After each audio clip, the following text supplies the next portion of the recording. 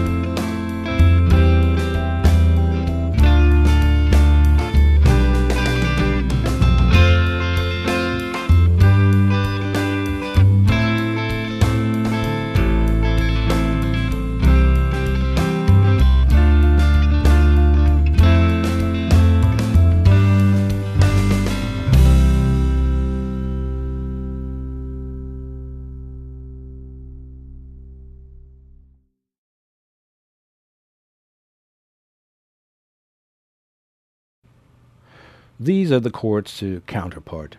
We start off with a C, go into a D, go into an E minor for 2 bars. We then play a G chord, an A minor, C major 7, and end the first part on a D5.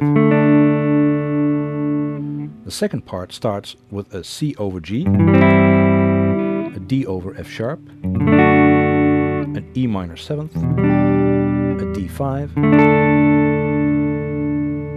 C major 7th, G over B, A minor, and it ends with a D chord over an F sharp bass.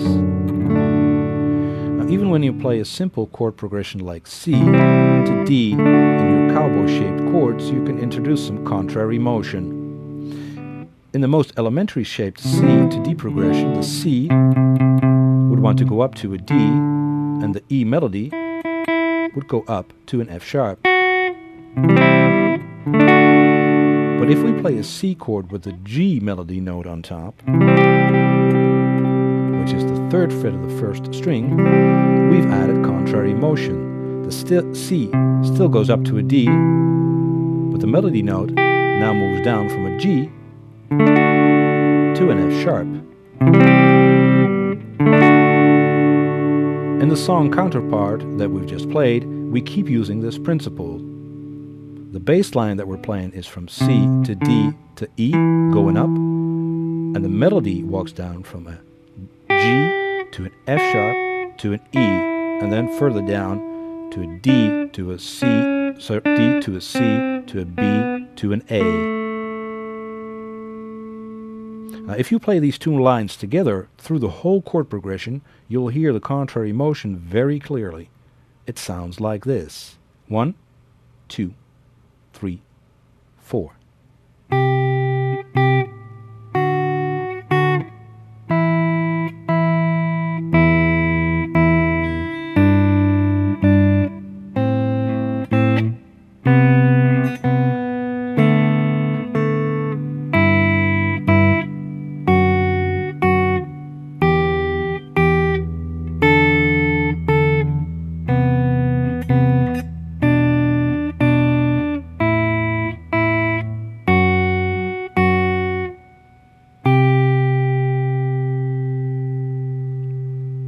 This smooth line is very easy to the ears, and many songwriters use this concept in their songs. Aside from contrary motion, there are several other forms of counterpoint which we will not get into because of the size of this subject. Now, one form I'm sure you're familiar with is parallel motion. Many hard rock bands use power chords and move these chords parallel across the fretboard.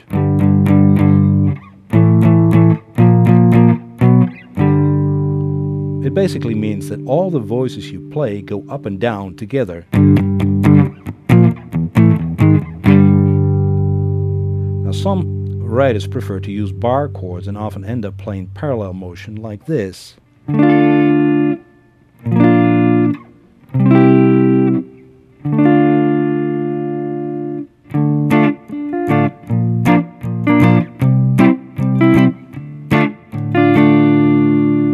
Now, most pop songs use a mix of all these approaches, and one is not better than the other. Every approach will create a certain effect, and depending on the style of music that you play, one will fit better than the other. Use your ears as a guide and experiment with these different forms of arranging a chord progression and choosing your chords.